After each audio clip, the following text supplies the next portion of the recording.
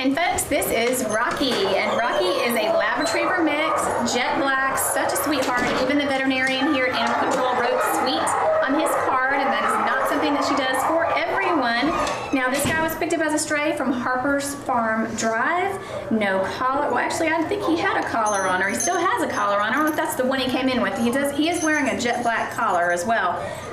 So we know that he was somebody's pet because I think he mentioned it has some tags on it and stuff too. Yeah, he has a black collar with a rabies tag and a home again tag. But unfortunately, he's not back home. Yeah, poor Rocky. Now this guy has already been neutered, so we know that he was somebody's pet because somebody took care of that for him.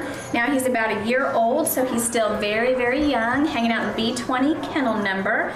So if anybody out there recognizes him, of course we would love to reunite him with mom and dad because he's only been here for, gosh, about a little under, well, yeah, a little under a month, a little over a month actually, but he is ready to go home with someone because he is available for adoption now. So if you're interested in Rocky, please do hurry on down. This guy is such a sweetheart, and he is just waiting for someone out there to just fall in love with him.